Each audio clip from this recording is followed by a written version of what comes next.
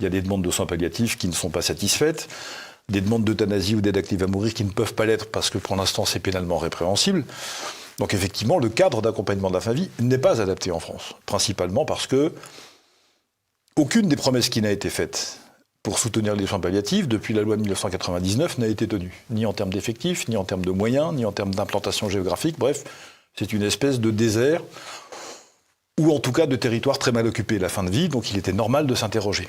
Est-ce que vous considérez qu'il faut aller contre cette volonté euthanasique, j'allais dire, malgré le fait que toutes les enquêtes d'opinion expliquent que les Français sont majoritairement favorables à cela? Alors, c'est pas à vous, chère Élise Blaise, que je vais rappeler que de temps en temps, il faut se méfier des enquêtes d'opinion. Si vous posez la question, que, par exemple, avez-vous envie de mourir dans des souffrances insupportables, isolé dans un brancard, dans un couloir d'hôpital sordide, je connais personne qui va répondre oui à cette question.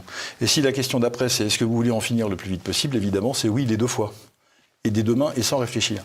Mais si on vous donne la possibilité de voir que ce qui peut conduire à une demande de mourir, c'est-à-dire une souffrance insupportable, que ça soit physique ou psychique, ou les deux cumulés d'ailleurs, si tout ça peut être accompagné, remis en place, se voir redonner de la valeur, reprendre de la confiance en soi, même si on est à l'article de la mort, évidemment la réponse ne sera pas la même. Le président de la commission des lois de l'Assemblée lui-même, Sacha Houlié, a déclaré il y a quelques mois: de toute façon, quel que soit le résultat de la conférence citoyenne, nous irons vers la légalisation de l'euthanasie. Donc c'était clair, le cadre est posé maintenant. C'est une démocratie très macronienne. C'est une démocratie parfaitement autoritaire et très orientée. Une des jeunes femmes avec lesquelles j'ai participé à des réunions publiques ou des tables rondes ou d'autres émissions de radio-télévision, qui est accompagnante, elle en soins palliatifs, elle est ergothérapeute, elle a accueilli dans son service un militant de longue date de l'ADMD. L'association du droit à mourir dans la dignité, qui est le militant le plus actif pro-euthanasie en France depuis des décennies.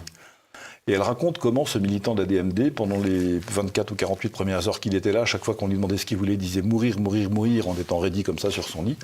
Puis petit à petit, il a aimé l'accompagnement qu'on lui a donné, il a aimé que malgré sa demande initiale, on l'ait d'une certaine manière contourné ou qu'on l'ait prise en compte, mais non pas comme une demande de la mort pour la mort, mais ce cri de désespoir qui, au fond, sort de la bouche de celui qui considère qu'il a trop mal, qu'il est trop seul, qu'il ne vaut plus rien. Ça s'entend. Alors, laisser les gens sombrer dans ce désespoir-là et mourir dans cet état, enfin pour un corps social et pour une société qui se respecte, c'est pas possible.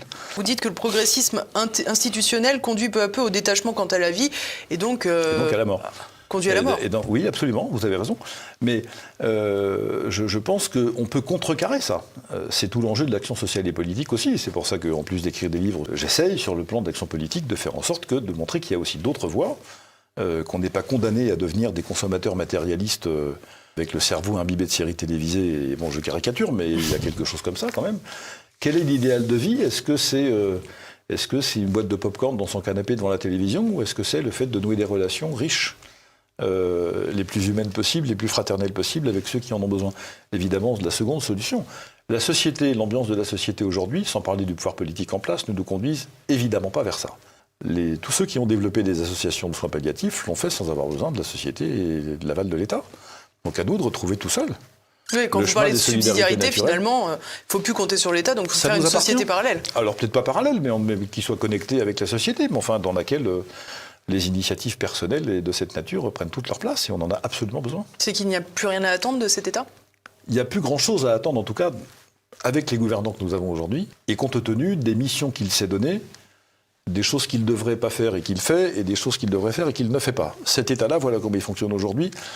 À part des ennuis de la coercition, il y a plus de contrôle mal placé à en attendre que d'aide. C'est mon sentiment, révérence gardée pour tous ceux qui y travaillent et qui essayent d'y faire correctement leur métier.